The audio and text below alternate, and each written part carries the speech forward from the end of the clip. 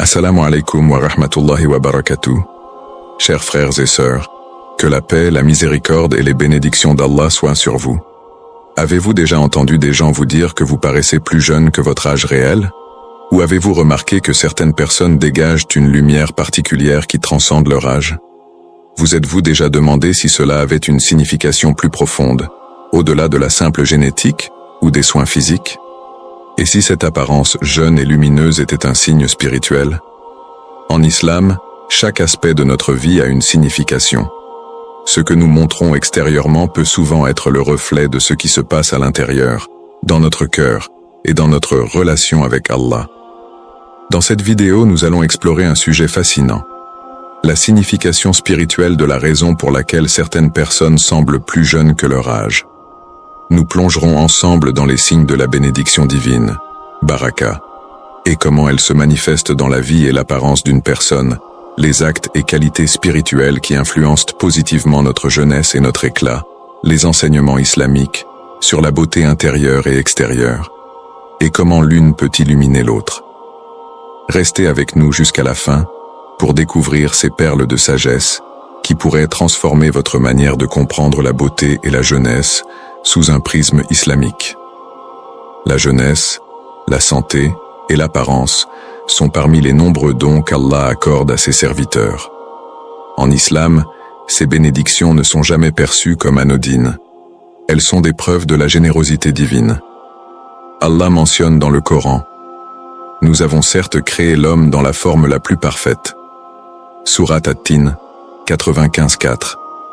Ce verset nous rappelle que notre apparence et notre constitution physique sont des créations parfaites d'Allah, conçues avec sagesse et harmonie. La jeunesse, en particulier, est une période bénie, remplie d'énergie, de vitalité et de potentiel. Mais elle n'est pas éternelle. Et c'est précisément ce caractère temporaire qui lui confère une valeur inestimable. Allah nous met à l'épreuve à travers cette phase de notre vie, pour voir comment nous l'utilisons et si nous reconnaissons qu'elle vient de lui. Chaque bénédiction d'Allah, y compris une apparence jeune, est aussi une responsabilité. Elle n'est pas simplement donnée pour être appréciée, mais pour être utilisée à bon escient, dans l'adoration d'Allah et dans le service de sa création. Le prophète Muhammad a dit: « Le fils d'Adam ne bougera pas le jour du jugement avant d'être interrogé sur 4 choses, sur son corps, et comment il l'a utilisé. » Tirmidhi. Ce hadith souligne que nous serons tenus responsables de la manière dont nous aurons utilisé notre santé, notre force et notre jeunesse. Est-ce que nous les avons investis dans des actes de bien, ou les avons-nous gaspillés dans des activités inutiles? Ainsi, apparaître jeune ou avoir une bonne santé n'est pas simplement une chance. C'est un rappel constant qu'Allah nous a confié ses dons et que nous devons les préserver, en faire bon usage et exprimer notre gratitude par des actions qui lui plaisent. La foi en Allah et une vie en conformité avec ses enseignements apportent une sérénité et une paix intérieure qui se reflètent sur l'apparence extérieure d'un individu.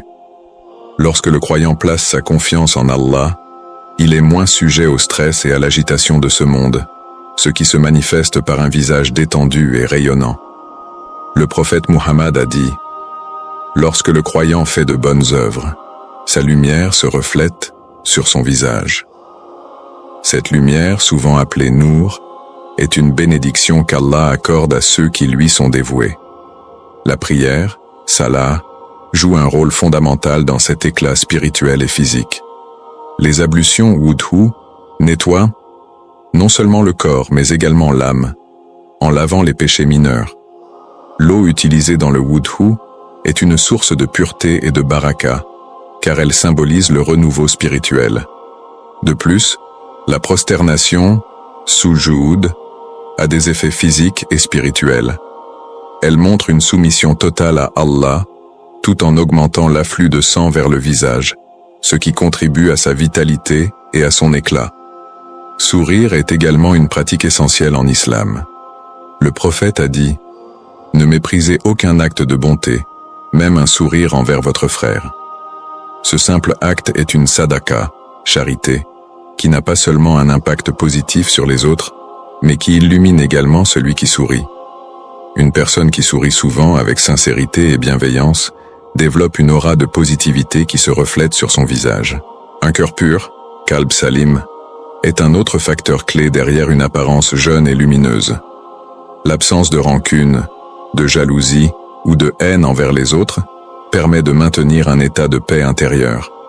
Ces émotions négatives, lorsqu'elles s'accumulent, provoquent du stress qui, à long terme, accélère le vieillissement.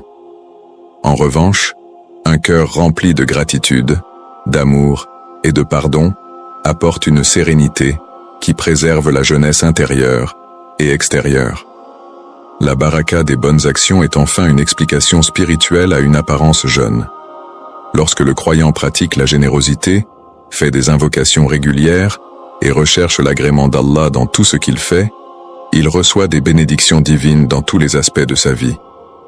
Ces bénédictions se manifestent souvent par une apparence radieuse et une énergie qui transcende l'âge physique.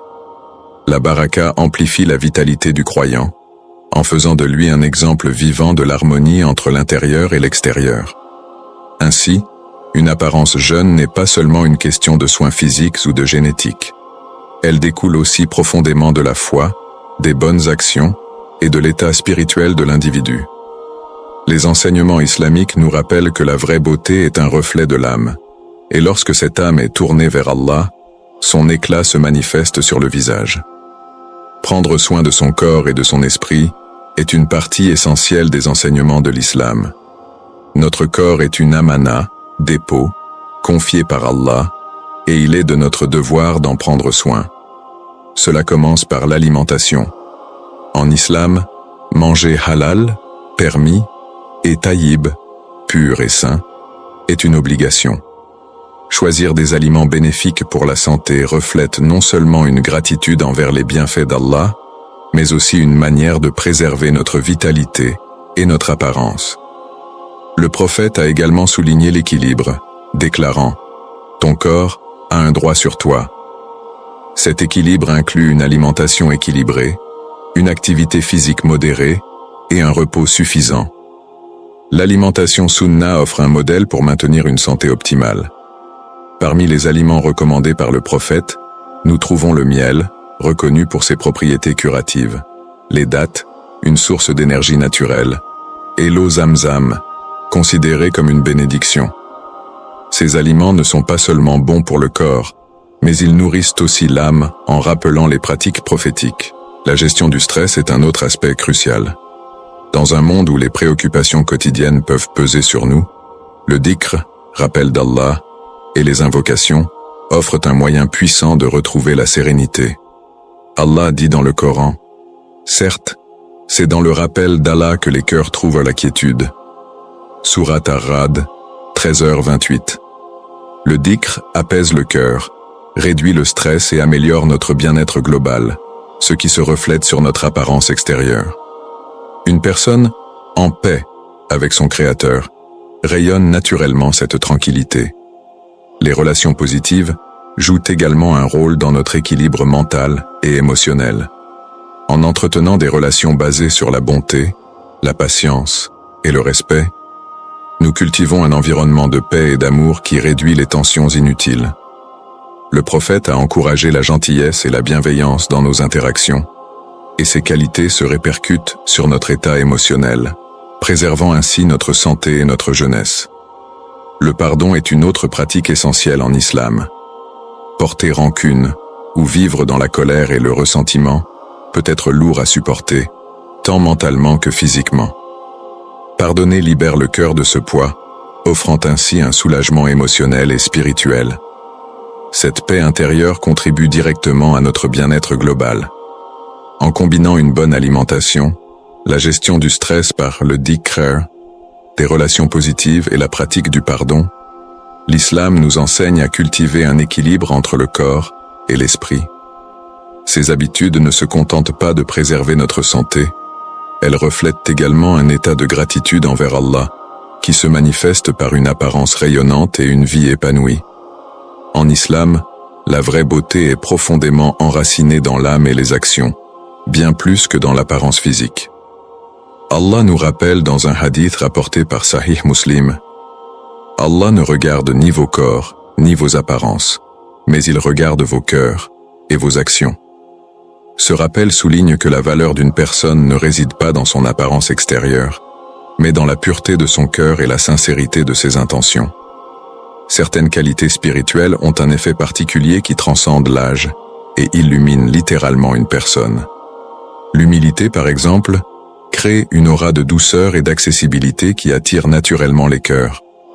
La sincérité, qu'il s'agisse de paroles ou d'actes, donne une authenticité qui rayonne et inspire confiance.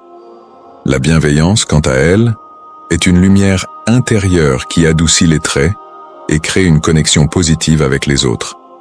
Ces qualités ne se mesurent pas, mais elles se ressentent profondément et laissent une empreinte durable sur l'apparence extérieure. Les bonnes actions, qu'elles soient publiques ou discrètes, laissent une marque qui dépasse le cadre de la vie terrestre. Lorsque quelqu'un s'engage dans des actes d'adoration, de générosité ou d'aide envers les autres, cela se reflète souvent par une lumière sur son visage.